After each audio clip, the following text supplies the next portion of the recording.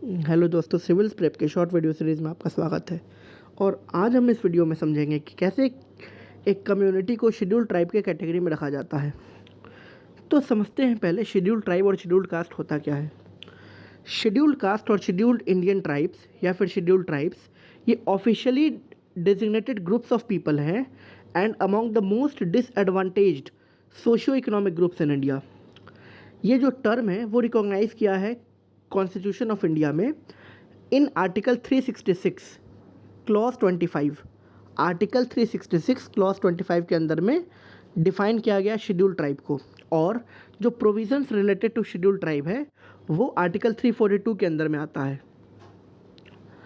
बहुत समय तक जब भारत में ब्रिटिश का शासन था, उस वक्त शेड्यूल्ड कास्ट और शेड्यूल्ड ट्राइब्स को डिप्रेस्ड क्लासेस कहकर संबोधित किया जाता था।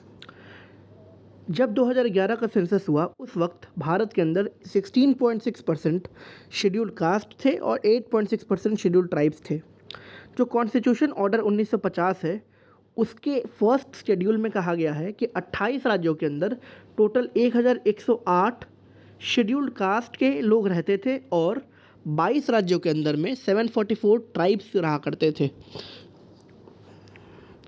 जब हम आगे देखें तो किसी भी कम्युनिटी को जो शेड्यूल ट्राइब कैटेगरी में शामिल किया जाता है वो एक according to a set of modalities किया जाता है। मॉडल्स एक बनाया गया, गाइडलाइंस बनाया गया है, 1999 में बना था। इसी के अकॉर्डिंग किसी भी कम्युनिटी को एसटी कैटेगरी में रखा जाता है। इसमें होता क्या है, सबसे पहले जो यूनियन गवर्नमेंट, यूनियन टेरिटरी है या फिर स्टेट गवर्नमेंट है, वो जिस कम्युनिटी को शेड्यूल ट्राइब कैटेगरी के अंदर रखना है उसका प्रस्ताव मिनिस्ट्री ऑफ ट्राइबल अफेयर्स के पास भेजेगी। फिर मिनिस्ट्री ऑफ ट्राइबल अफेयर्स जो है उस प्रस्ताव को भेजेगी office of the registrar general of India के पास। अगर ORGI ने अप्रूवल दे दिया तो फिर वो जाता है NCST के पास, national commission for schedule tribe, जो कि इस्टेब्लिश किया गया था आर्टिकल 338 को अमेंड करके, नए आर्टिकल को ऐड करके। आर्टिकल 338A भारत के संविधान के आर्टिकल 338 को अमेंड करके आर्टिकल 338A डाला गया according to 89th constitutional amendment act 2003। तब जाकर NCST का फॉर्मेशन हुआ था 19 फरवरी 2004 को। अगर NCST ने भी अप्रूवल दे दिया तो फिर वो जाता है कैबिनेट के पास, और अगर कैबिनेट से भी अप्रूवल मिल गई तो कॉन्स्टिट्यूशन ऑर्डर 1950 है उसमें अमेंडमेंट होगा और फिर जो कम्युनिटी है वो शेड्यूल ट्राइब के कैटेगरी में शामिल हो जाएगा। जो मैंने बोला वो यहाँ पर लिखा हुआ आपको मिल जाएगा दोस्तों।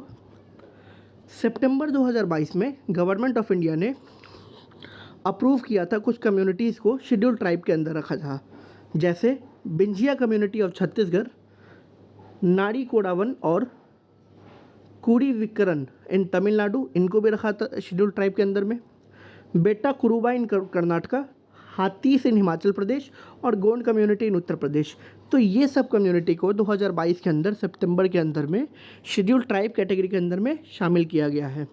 तो ये आपके एग्ज़ाम से रिलेटेड बहुत इंपॉर्टेंट टॉपिक हो सकता है दोस्तों, इसको आप ध्यान से देखिएगा। अगर वीडियो अच्छा लगा तो like, share and subscribe. Thank you दोस्तों।